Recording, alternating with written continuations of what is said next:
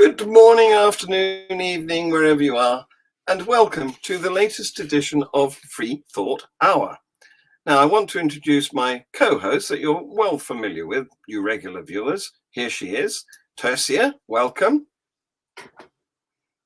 Good evening, John, and how the hell are you? Hot. Hot. Well, I'm actually cold. I'm sitting with the heater, and I just have to say I moved house, and I hope that just hang on a sec.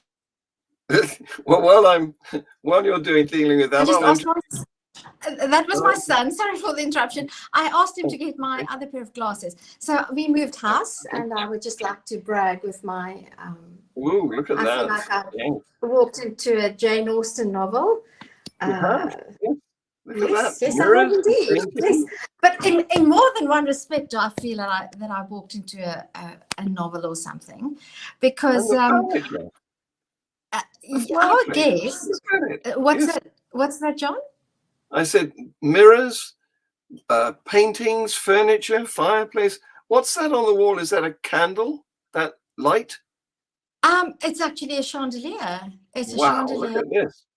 Yes. And it's a fantastic. The fireplace has been closed up with Italian tiles, and but it's a very antique. It's an old house. It must be more than 100 years old, and I'm loving it because it's. I love it. It's old and stylish. And Okay. Enough bragging. Okay, let's introduce Dan, because I'm so pleased that we've got Dan Barker to come and join us. Dan, welcome.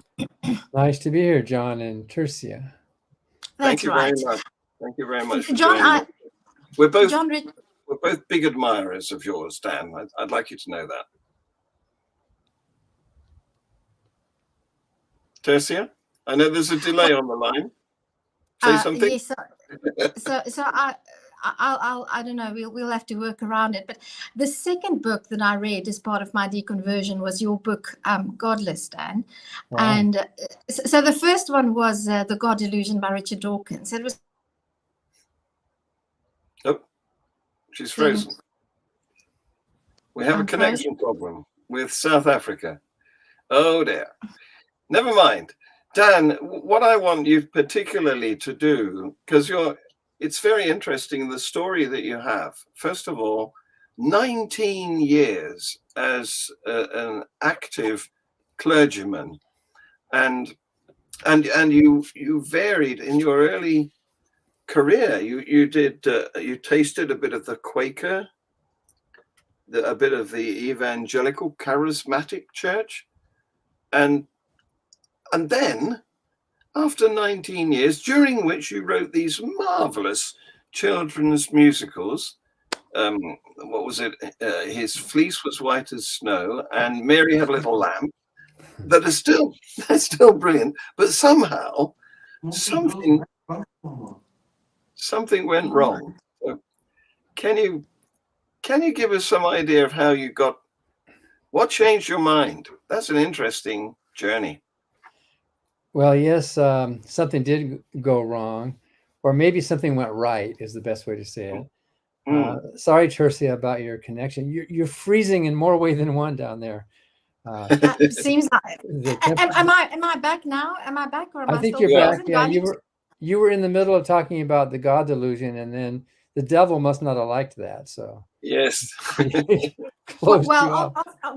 When you finish telling your deconversion story, I can mention your role in my deconversion story and how I challenged God. So yeah, but go ahead, please. Tell us about your musicals. I love. Oh, South Africa's gone frozen again. Yeah, we lost you again. Sorry, Tercia. Maybe she's going to move to another location. Maybe. I will mute her temporarily. So, okay. Yes, I was raised in the church. My family were true believers, and we went to church every Sunday twice. We didn't just go culturally. We really believed we were talking with God and the Holy Spirit, and Jesus was in our heart. We went every Wednesday night to Wednesday night Bible study worship, and then we went to week-long revival meetings, and then my family became kind of a local musical preaching team. We would go around to churches when I was younger and sing and play our music. I played the piano. And when I was 15, I accepted what I was convinced at the time was a call to the ministry, because I believed that the world was going to end any minute. Jesus was coming soon like a thief in the night, and that what's more important to do with your life than getting people saved for eternal life.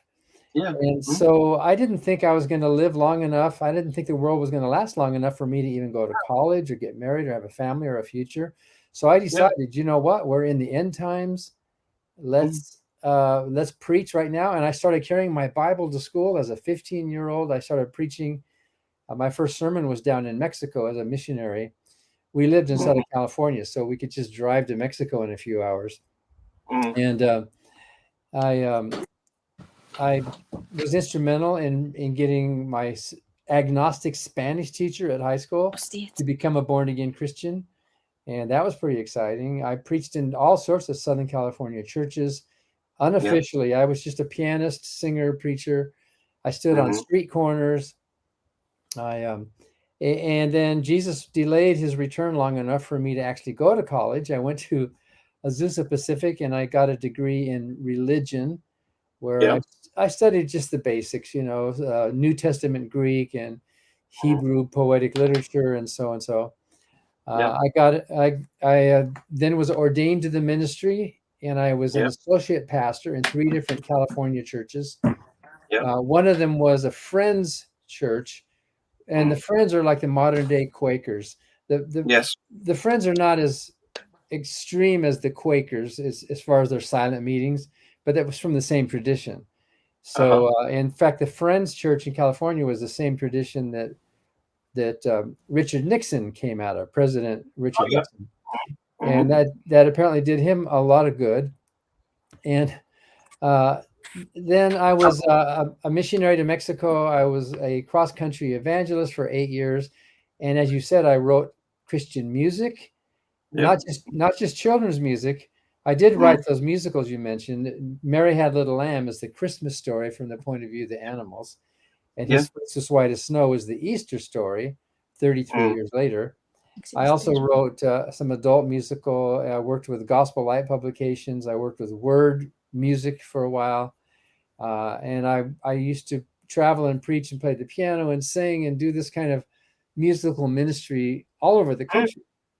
And I was a true believer. I was not, I didn't make much money. I didn't care about making money.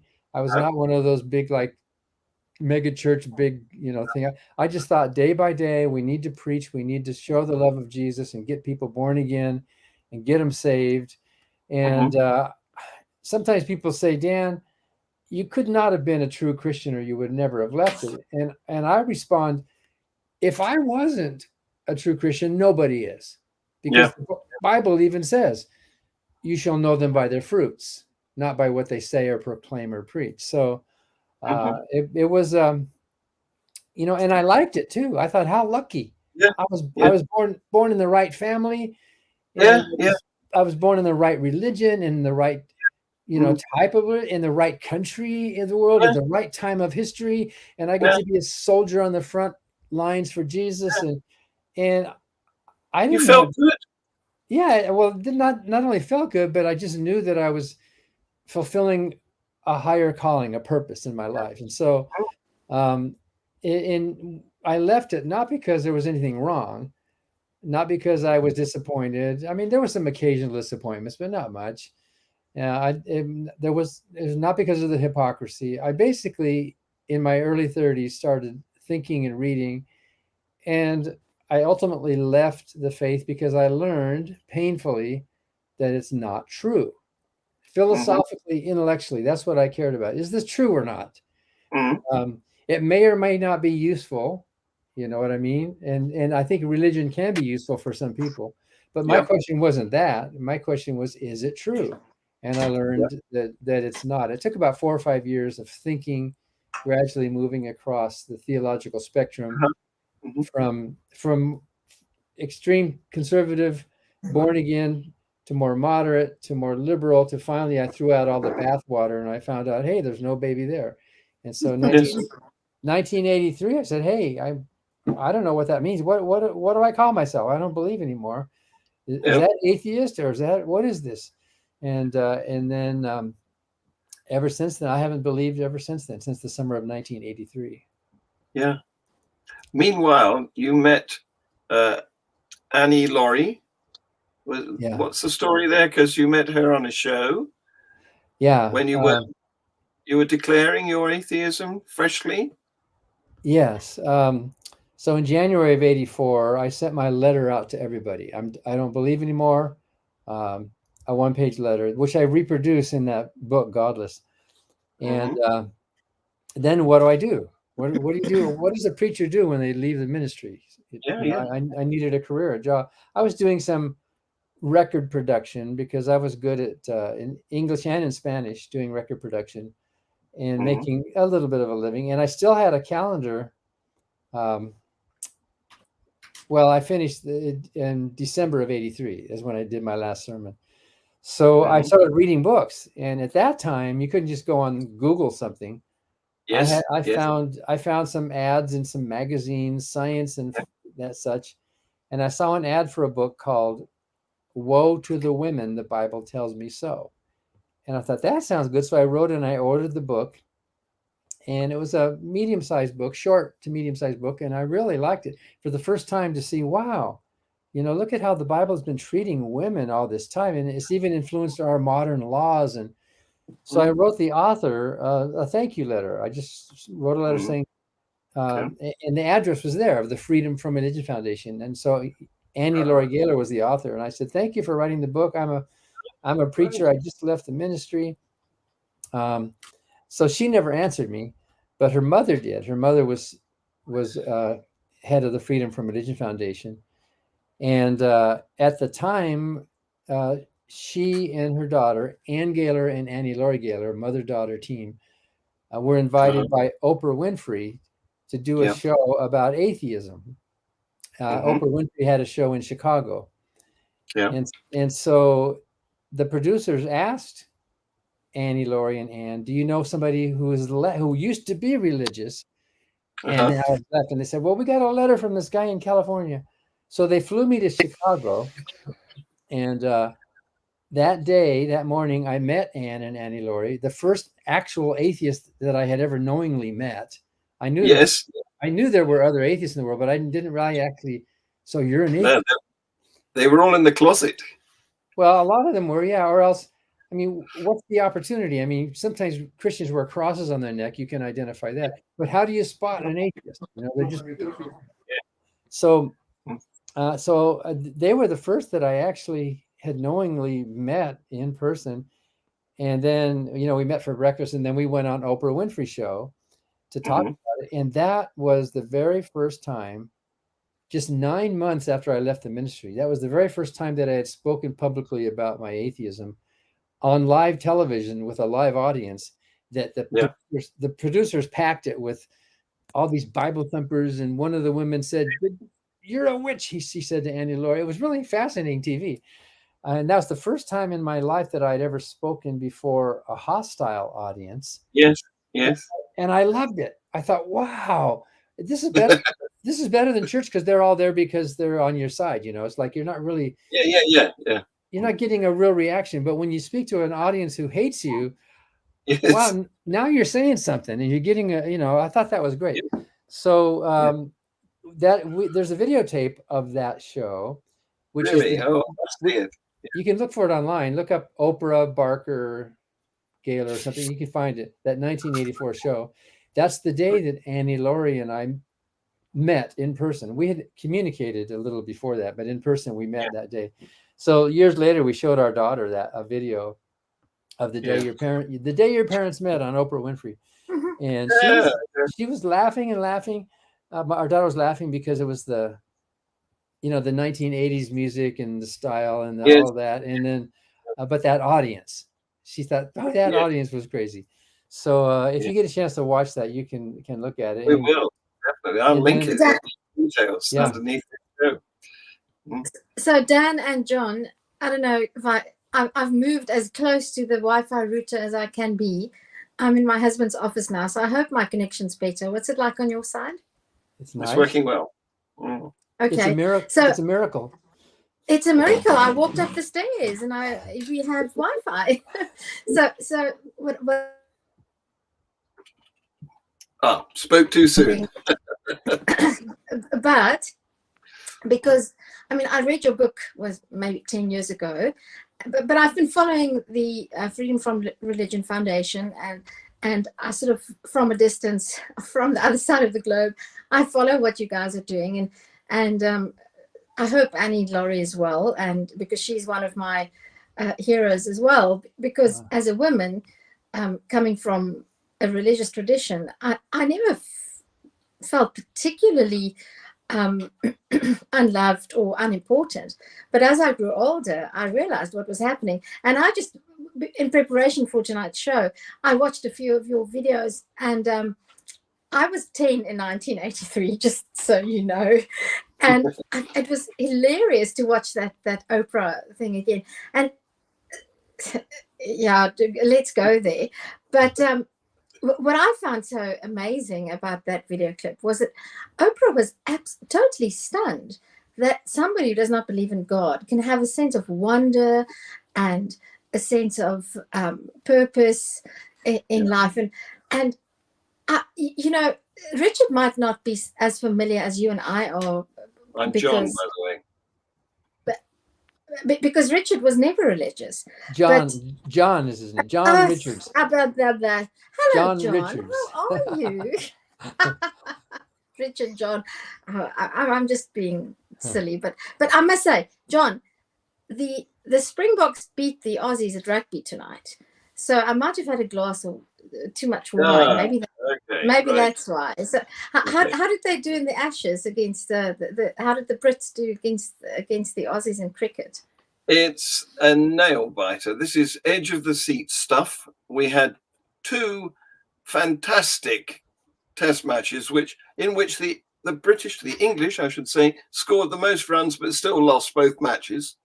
In one, there was a contentious run out and the crowd booed the Australians. And now this time we've just had day 3 of the third test, and it's on the cusp. We can't. I'm rooting for the English team, but we can't say who's going to win yet. Anyway, we're not here to talk about that. We've got this guest, Dan. Sorry, Dan. On the topic of sports, I regard sports and music as very closely related, because I think they press the same buttons in the human psyche. And there's something that I want to ask you, Dan. I know that as a former evangelical, you always, well, in a speech about 2 years, I found it on YouTube, that was about 2 years ago, you said that you can still speak in tongues. And I'd like you to talk to that a little bit, because many religious people base their belief on experiences. And so the tradition that I come from was more austere. We didn't do the speaking in tongues, and we didn't do the gifts of the Spirit and so forth. But the idea of a religious experience is what many people base their faith on. And I found it so enlightening when I read your book that there's a particular musical tone that actually evokes this response in the human psyche. Can you talk to that a little bit, please? Well, I don't remember writing about a particular musical tone, although I do see the similarities between music and what you might call mystical, or if I can use in quotes, transcendent experiences. For me, those emotional experiences, as real as they were, and in fact, I can reduplicate them right now as an atheist. I'm not going to do it for you. It's embarrassing. But for me, those experiences were not affirming. They were not proof. They were not like, I know God is real because I feel it. For me, those experiences were more an expression of what I already believed. It wasn't like I needed that. And I didn't think everybody else needed that either. I used to think, I used to preach that all you need is to confess your sins and accept Jesus as your Savior. And if you're the type of personality who's more emotional, like me, you might get that dessert experience above and beyond the basic Christianity. And I did. I think I am like a half inch shy of hearing voices. You know what I mean? I think all of our personalities we're somewhere on this bell curve of whatever. And there's a lot of people, some of you viewers are probably way over here wondering, what the heck is he talking about? Sometimes you might go to church and you look around and what? Well, because like Annie Laurie's father, when he was a boy in church in southern Missouri, in this conservative church, he was sitting in church looking around. And then he said, it dawned on him. He said, my parents are nuts. They actually believe this stuff. Well, I wasn't him. I was way over here thinking my parents are blessed. I'm so, you know what I mean? And I think there's different psychological makeups. And I think people pick their denomination because of who they are. The more emotive types are going to want to be Pentecostals. The more cerebral types are going to want to be Episcopalians or Anglican or whatever. You know what I mean? We tend to shop the religion that fits who we are. Yeah, you definitely go for the church that fits you. Usually, yeah, unless you're born, unless you're Catholic and you have to go to that diocese. You know what I mean? You have to go to that particular. Catholics are less church shoppers than Protestants are. Protestants tend to like, I'm going to try until I find one that's right for me. Yes, that's right. So I can still do that. And sometimes when I'm all alone behind the barn and nobody's looking or watching, I can go back into that mode, and it's actually wonderful. It's like a transcendent thing where I feel this parental figure giving me comfort in my mind, and I get goosebumps, and I feel this integration with the universe, and I just feel like all is well. Everything, you know what I mean? I get that, and not everybody does, and maybe some people are much further than I am. You know, they burst into tears, and so I know that experience, religious experiences are real, but they don't point to anything outside of the mind. They're very real, just like a nightmare is real. You wake up in the middle of the night, your heart is pounding, your palms are sweating, you screamed and you woke up everybody, and you're afraid. Yeah, something very real happened to you. But there's not a boogeyman crawling through the window. It's all happening in your brain. So I like to think of it as a bit like, method acting, where you imagine yourself in the emotional situation that your character is required to express. And even to the extent of, pummeling yourself in the face to make yourself angry. And then you do the acting. And so there is an interaction here between the intention and the expression, which is like it's hormonal or endorphin or something, but you can turn it on or it can turn you on. It goes both ways. Well, I actually have composed a couple of melodies in that state of mind. You know what I mean? Singing in the spirit. And I know as an atheist that they're not spiritual, that they're not transcendent, that they're just basically natural human melodies. Yes. But they came from a certain state of mind that sometimes musicians are in or composers are in. Yeah. Whether you're a believer or not, we have amazing brains. Yes. Well, Paul McCartney famously said that he woke up with Yesterday, the melody going through his head, and he didn't recognize it. So he went and sung it to a few other people. He didn't have any words for it at that moment. And he said, do you know who wrote this? To these other people, and nobody knew who had written it. So in the end, he realized that he'd written it while he was asleep. And at that point, he started to put words to it. And the first words were scrambled eggs. Scrambled eggs. Well, that's happened to me. I've woken up with melodies. And I guess it's the brain, the creative brain, is putting all these things together. Dan, I want to leading on to or leading from the idea that, and I agree with you that religious experiences are very real, and that they're as real as a panic attack or a nightmare, and they evoke real physiological responses and emotional responses with people. And so I want to. I'm often asked when I engage with people about religion, why do you want to engage with people about religion? Why not just leave everybody to believe what they want to believe? Why do you have to tell people that you're an atheist? Why just let it go? And I want to hear your opinion about debates between believers and non-believers, or believers of different traditions. And do you think this is still a conversation that we need to be having? And oh, she froze up again. Yep. Oh, you froze up for about 4 seconds, not too much there. okay. So yes, sometimes people say that to me. In fact, I was invited to a radio interview a few years ago, and the host invited me to talk about, and then right during the interview, she said, "So why do you feel the need to talk about all this? Why don't you, just like you said, why don't you just keep it to yourself?" And I said, "Well, first of all, you invited me to this to talk about it, right?" And the same thing happened on that Oprah show. If you remember, they asked Annie Laurie or Ann, why are you going on TV to talk about your atheism? And they said, well, you invited us. But secondly, I asked this host, if you were interviewing a Christian minister or a rabbi, would you ask them the same question? Why do you feel the need to get up and speak about your views? Why is it okay to get up and speak pro something and not okay to speak up contra? And debates, I think, I'm pretty sure about this, maybe I'm wrong, I think I have the world record as an atheist for doing public formal debates, public formal moderated debates. I've done 139, and I was just re-invited back to Oxford University.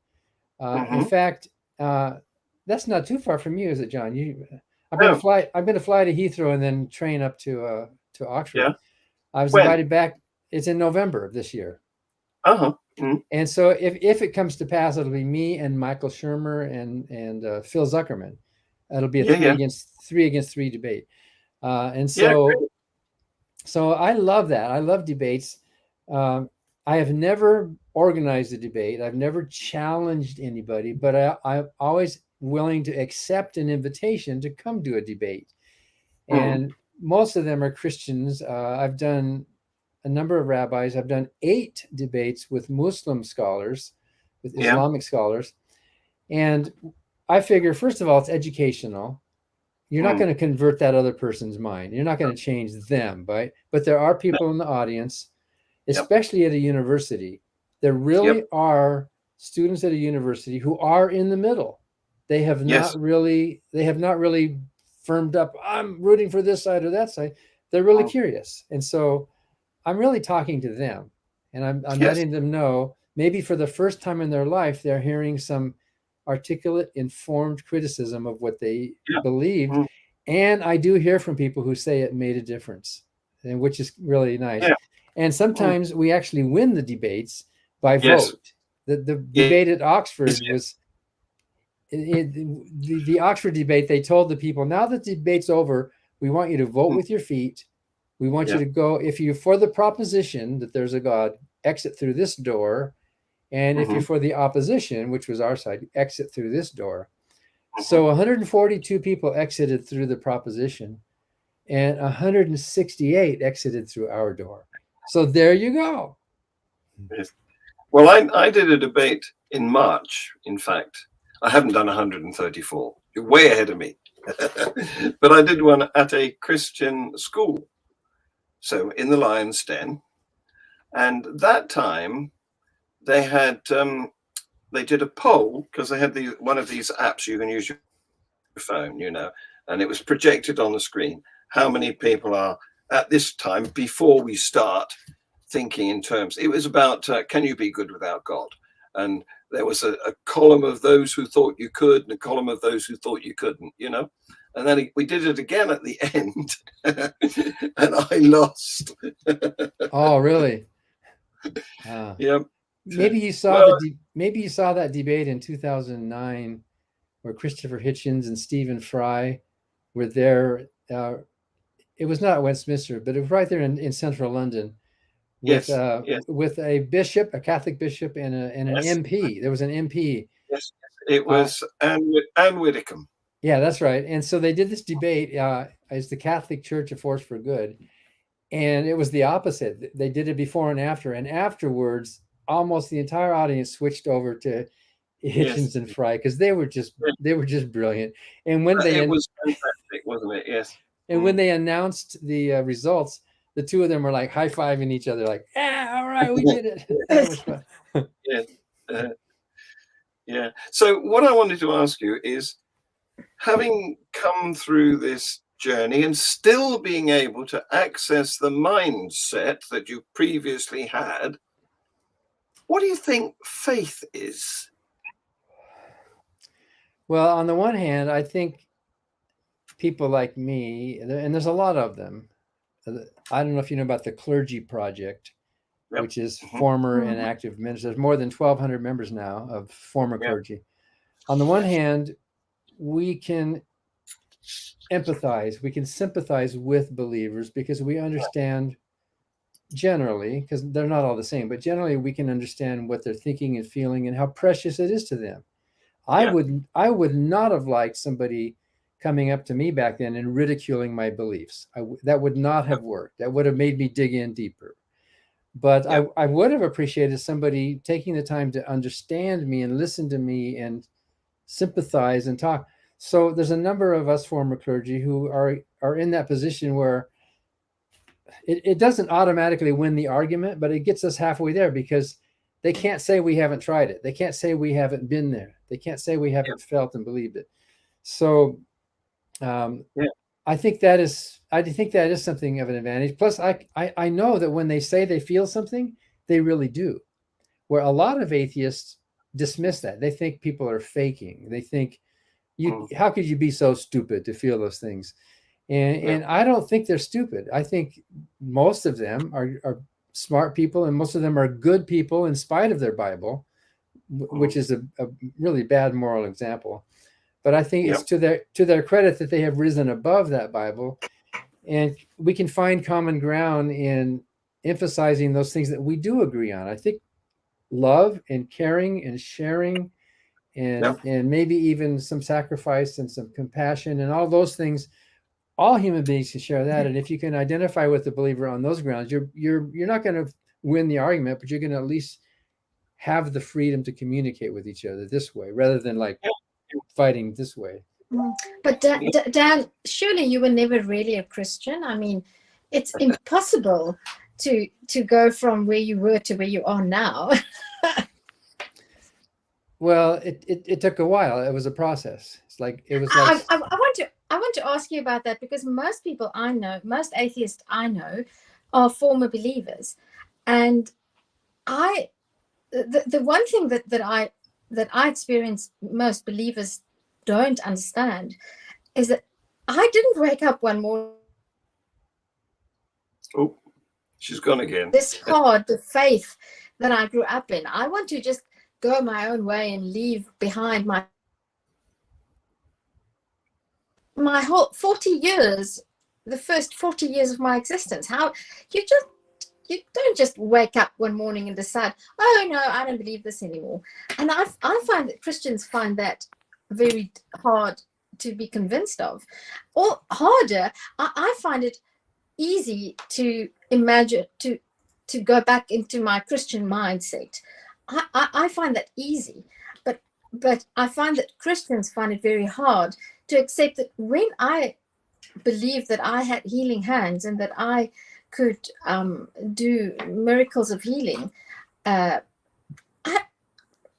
sincerely believed it. And to me, the issue is, do you think that we can convince somebody of something? Because I don't think we can change anybody's mind. I think people change their minds through a process. One can be, you or I or John can be a catalyst in the process, but I don't think I have the power to convince anybody of anything else. What's your opinion on that? I think you're right. Everybody has to do their own thinking. And unlike most religions, free thought and atheism are bottom up, not top down. Most religions have a top down. There's a sovereign, there's an authority, there's a Vatican, there's a clergy, there's the experts, there's, you know what I mean? We've got this structure here, and everybody else are, well, it's called pastor and sheep, right? Pastor, and they're the people. But it's the other way around with free thinkers. And your show is called Free Thought. What is it? Free Thought Hour? Yeah. Okay. And that's nice because we have a lot of free thought. We have our newspaper, Free Thought Today. Yeah. We have our Free Thought Radio. We have our TV show, Free Thought Matters. And we have a blog called Free Thought Now. And you took Free Thought Hour. So that was good. Kindred spirit. So anyway, I think you're right, Tercia, that and it has to be this way. We can't force people to think. People have to want to think for themselves. And if we respect their freedom to think for themselves, that goes a long way towards it. But they can learn, they can hear, they can, if they're open, they can listen and learn and hear from other points of view. But it has to be them choosing it for themselves rather than somebody threaten. We can't threaten with eternal hell. If you don't believe, you're going to suffer forever, right? Or we can't promise eternal bliss in heaven if you believe. We can't do any of that. We just have to appeal to reason and to observation and to logic and to facts and to data. So and with me, it was a process. I didn't just snap my fingers one day. It was kind of like it happened without me even knowing it. And then I turned around and said, "Oh, I guess I don't believe anymore." It was that kind of a, Was it? I mean, it's been 10 years since I read your book, but if I recall, and I feel so privileged to be able to ask you this directly. Did you find it a painful experience? Was it hard for you? Because for me, it was quite hard, because many people that I know who go from belief to disbelief, you have to make some sacrifices. Some people sacrifice their marriages. I know of people who sacrifice their jobs, relationship with families, and I think that's something that needs to be talked to more than we sometimes do. Yeah. And in the Clergy Project, we talk about those very things, and they actually happen. They do happen. So for me, it was not painful internally. For intellectually, internally, even morally, it was exciting. It was like, wow, okay. The pain, and I think you're alluding to this, was more social. What happens with my friends and family and my community, and especially if my job is being a minister, what happens to all of that?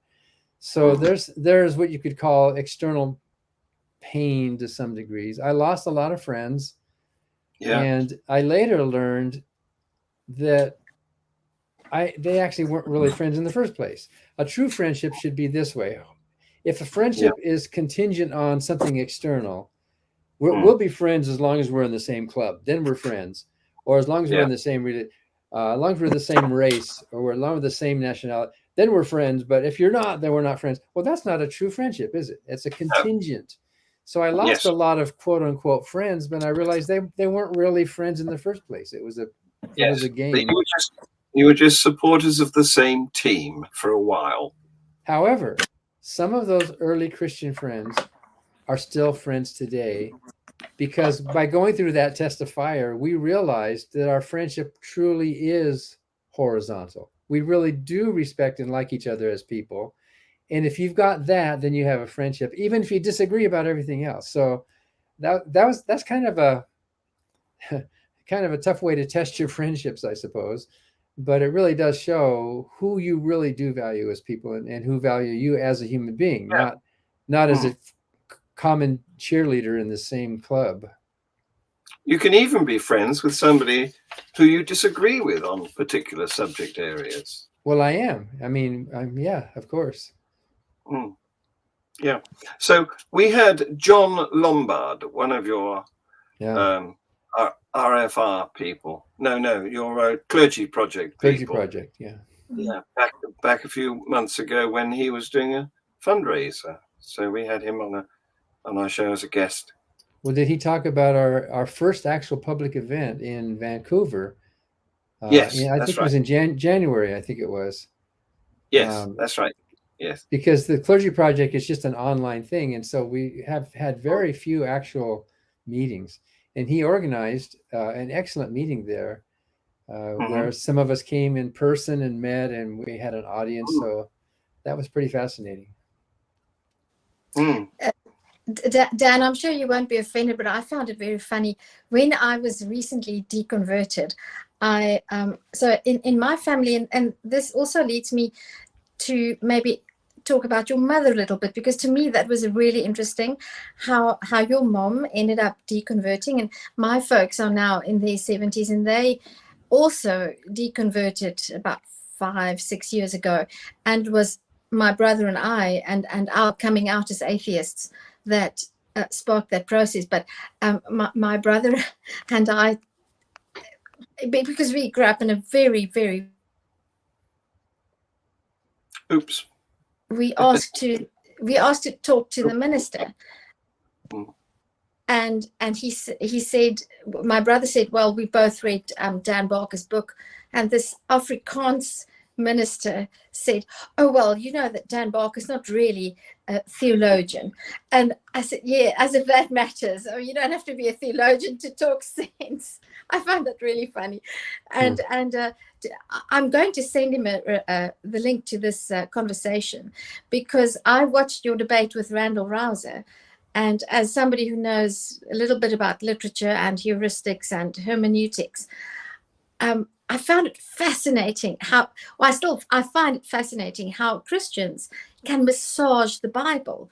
And if what is your opinion?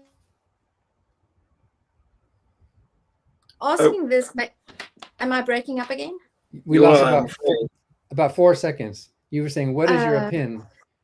Opinion on the Bible, because my opinion is that the Bible, if it's the word of God, it should be taken at face value. It should be understood as directly as it is stated. Yeah. Well, tell your friend. Or the text can be massaged. I'm breaking up. Yeah, it's okay. Well, tell your friend, Tercia, that I'm not a theologian, and I'm kind of glad I'm not, because theology is a subject with no object, if you know what I mean. What theologians mostly study is other theologians. They're studying themselves. They're studying their book, basically. And you don't have to be an expert to notice that these theologians all disagree with each other. Yes. So, why? So what it was, we pick one, I'm going to pick this one and go with it or whatever.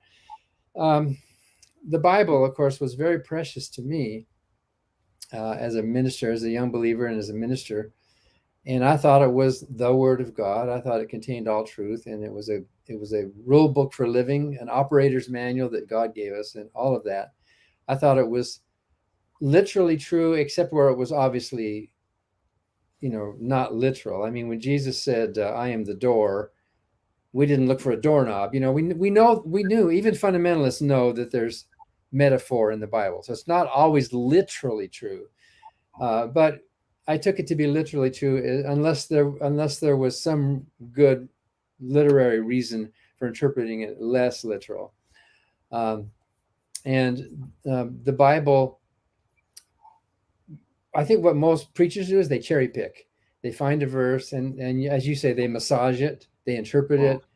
And you can take any verse in the Bible, no matter how ugly and horrible it is, and you can theologize it. You can take it. Like, I remember I was shocked to read in Psalm 137:9 that believers are told to be happy to dash innocent babies against the rocks.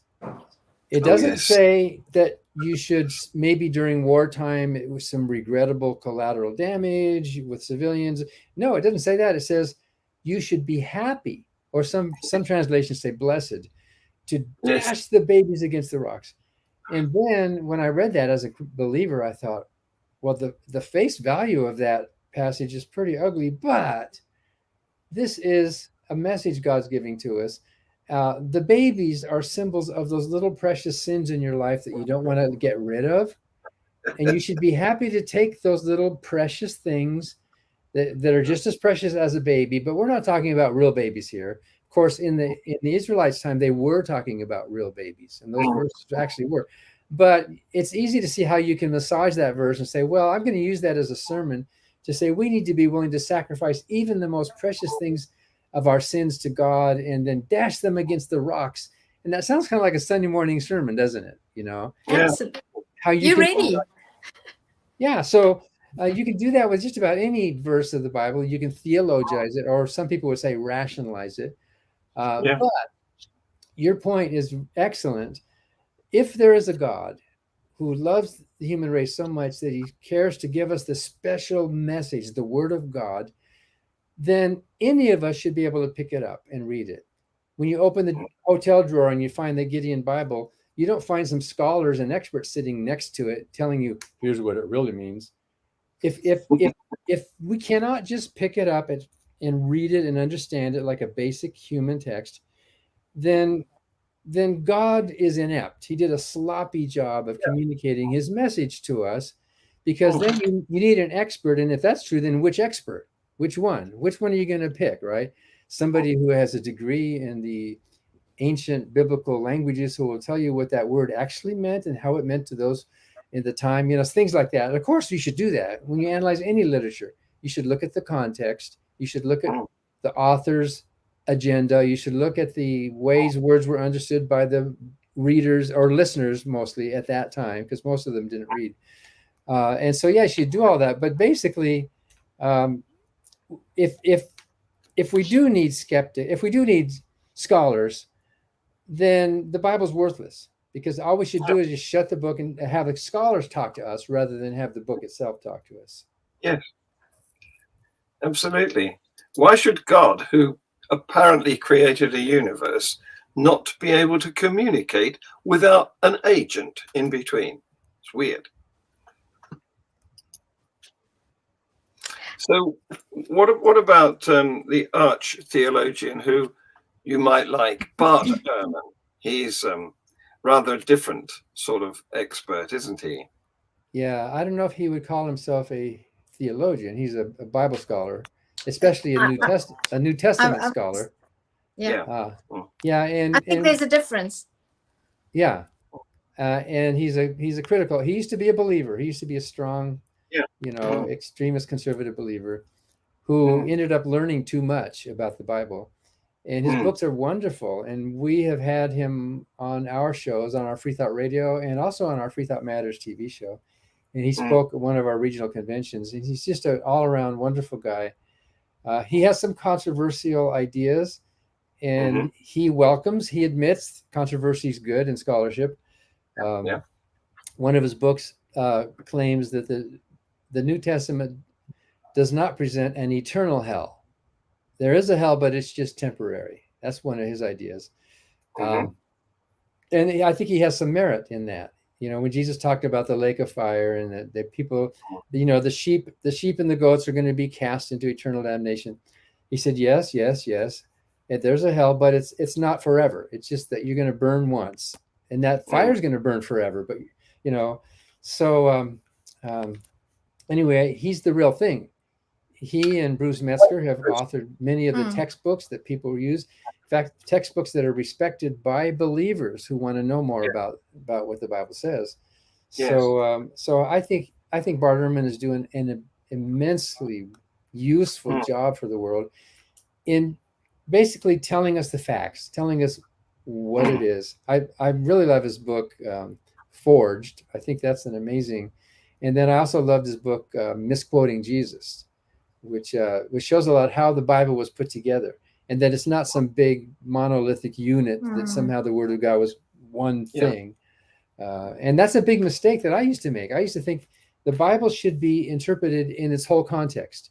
We should look at the writings of Isaiah, but the writings of John, many centuries later in a different country, in a different language, with a different audience and with a different agenda, John's writing should inform what Isaiah was telling us, And that's how I used to think. The whole thing was like a harmonious thing, rather than looking at each one as a certain particular, like Revelation, for example. John of Patmos writing Revelation. What was his motive? He wasn't writing for us. He was writing for those people of his own day. Yeah. John, I want to ask Dan some. Go ahead. The United States in the era of post-truth or post-Trump, I'm not sure what to call it. How active are you still as a speaker? Are you still actively engaged in the community? And what do you think is the future of the FFRF and free thought?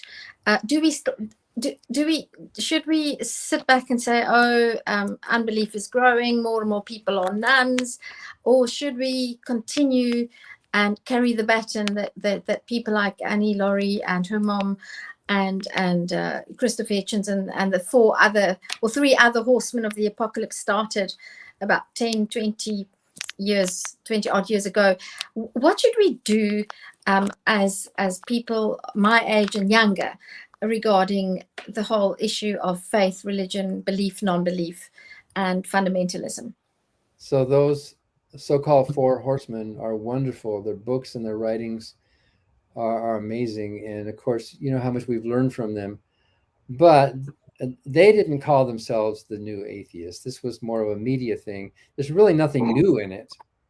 The only thing new in it is that the world is sort of recognizing it, The arguments they present very eloquently and articulately and very informed are not really much different from what had been talking about for centuries, even going back to the Greeks. However, the way they say it, the way Hitchens said it, makes it so accessible, and the way Dawkins writes, and of course Dennett's books on philosophy, and Harris has found a real good platform in his podcast and continue to educate the world.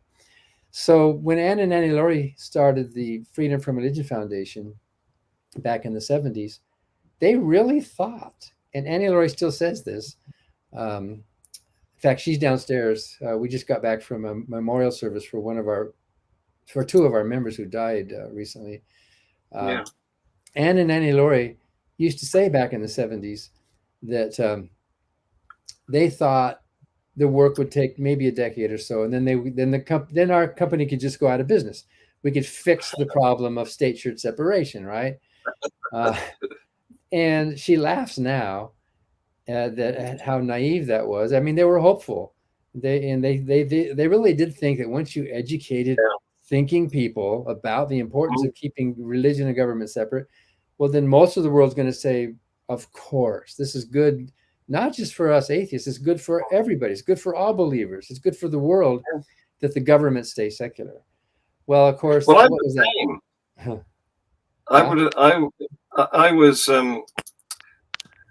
I was at school when science was in its heyday. If you wanted to advertise something, you got somebody wearing a lab coat to advertise it for you, because science was seen to be the solution to everything, potentially. And I thought at that time, this is going to wipe out religion. And here we are, 50 years later, it's still around. It hasn't gone yet.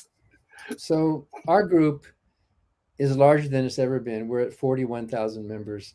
Yeah. And ironically, or maybe not, we tend to grow faster when things are bad. When George W. Bush was elected, our group, took off. When Clinton was president, our membership stayed kind of level, at the time. But then Bush we went up. So ironically, these horrible times like the Trump, some people call it the Trumpocene now, actually are good for groups like ours, because people are angry. They want to fight back. They want to do something. And people join our group because we do things. We have a battery of at least 10 full-time attorneys and some other legal staff. And right now we have 5 or 6 legal interns cranking out letters and writing legal briefs. Sam, one of our attorneys, just got back from Arkansas, where he testified in oral arguments over the Ten Commandments monument on the state capitol grounds. So they're all really busy working, and people join our group because they see we're doing things that campaigning. Make a real difference. There's great value in talking. There's great value in having a humanist gathering and talking about philosophy and all of those things. That's wonderful, and we do that. And at some of our conventions, we have the talk too, and our radio show has a lot of that. But really, there's that old saying that when all is said and done, usually more is said than done. So we have a reputation for doing things. We do take action. We do write those letters. We do make the complaints. We do criticize. We do try to make a real difference at the problems that are in the social level, either the public sphere or in the public square. So Dan, sorry, John, I have to ask Dan, how can I go about starting a branch of FFRF in South Africa? Because we are very much in need, especially regarding religion in schools, because although we have a so-called secular state, religion is, and we don't have this clause that separates religion and the power of the state. So religious indoctrination in our schools is rampant, and also in some of our laws. So far we've been able to prevent the situation in Uganda, for example. I mean, we have quite a liberal legislator. Maybe I'll get your details and ask, how do we start an FFRF in South Africa, because we need it. Well, you can do that, of course. We are not officially an international organization yet. We work primarily with the United States Constitution, and as you pointed out, we have a First Amendment, which gives us the teeth to actually take legal action. The Establishment Clause and the Free Exercise Clause, and some other clauses in the Constitution. But there's nothing stopping you and other like-minded people in your country from starting a group that you can call it what you want. You could even call it Freedom from Religion. And I think there are a couple of countries that do. In Poland, for example, they have a Freedom from Religion group using our name, but they're not legally connected with us. It's just a separate group. And we share ideas, but there's no actual, connection. So one way to start a group is to do something public that can be a complaint or a protest or a meeting or a debate, or invite me to come down and debate one of your local archbishops or something. And well, you're invited. You welcome. You welcome. You can stay in Worcester and enjoy some of our wine country. Wow. And well, I would do it, but there has to be an invitation. There has to be an event. There has to be somebody there locally. You know what I mean? I'll ask John. He knows how to do that stuff. So, and that happens. That's how a lot of our chapters start around the United States. Because legally, we cannot give people the names and addresses of our members. We protect their privacy. But if one of our members somewhere in the States starts and has an event, it could even be just a meeting at a coffee shop, or it could be a lecture at the university, or it could be a debate, or it could be whatever. It could be a protest of some big legal thing that they're trying to solve in their own area. Then what we will do is we send an invitation to all of our people in that area, inviting them to this thing. And if they choose, they can identify themselves then to the local people. And that happens a lot. They're glad to meet others. And so then they voluntarily exchange their names and addresses, and the groups will start that way, because how do you know who's around you who feels the same way you do? How do you find those people? So that's one thing we can do. I don't think we have a huge South Africa mailing list. I bet you we have a few. In fact, I wrote the foreword to a book written by a South African former minister, Steve, what was his last name? 10 years ago, a musician. I can share that with you, by the way. He still might be in town and in the area. That'll be nice. I just last year I did an audiobook version of an Afrikaans version, an Afrikaans book by an Afrikaans minister Ah, who deconverted quite recently. His book caused quite a furor in the Afrikaans press, because the Afrikaner community in South Africa is very similar to the American conservative Southern Baptist type. So I'd love to have those details. It might be nice to meet up with him. Stephen starts with an H. Really, Doesn't ring any bells. yeah. I assume he's still in the country, and if you'll send me your email, I can try to put you in touch with him if he still has the same email address. Thank you. I wanted to ask you another. You go. Tercy, I wanted to ask you a totally unrelated question. Yes.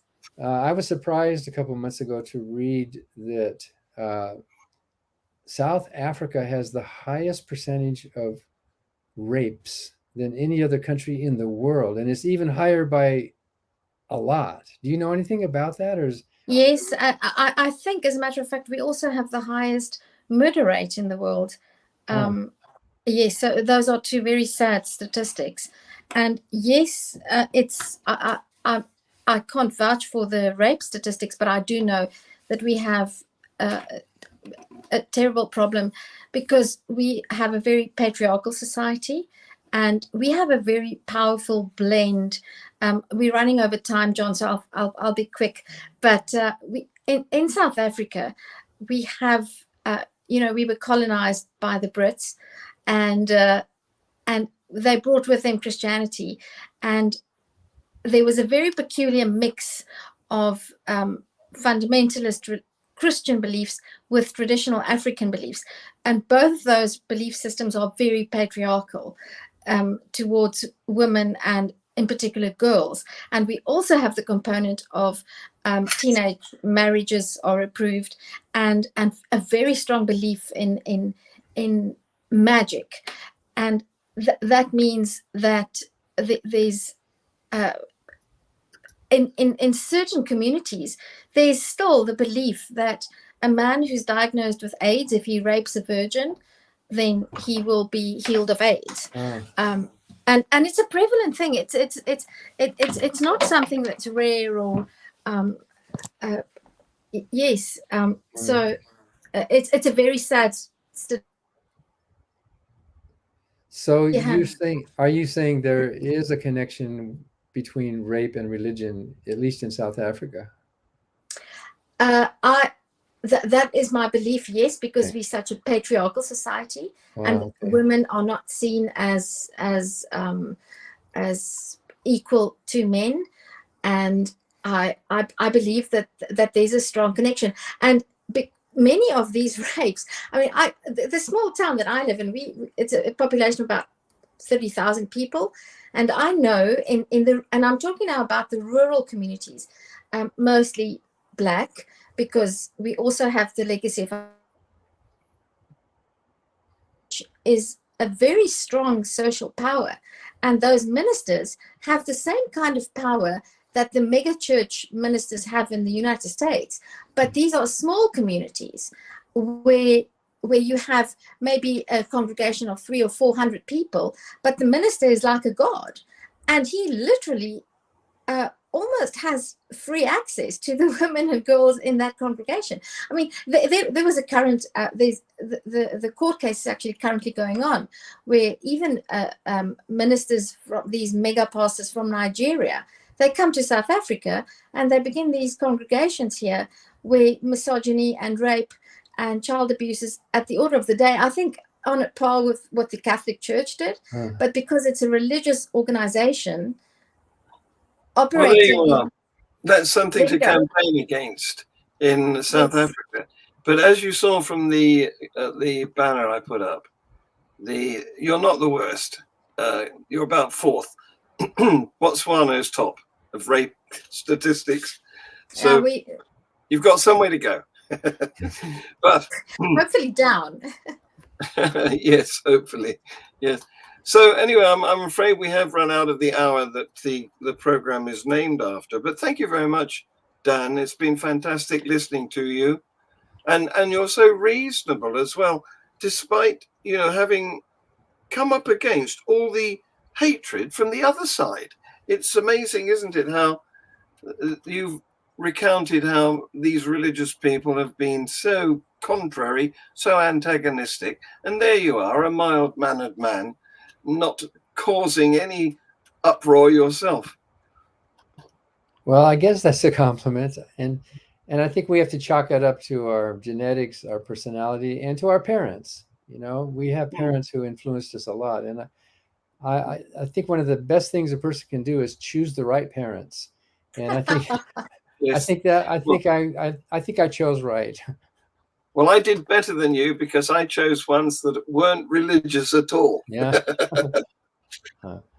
Anyway, on that note, thank you very much for watching. Thank you very much for taking part.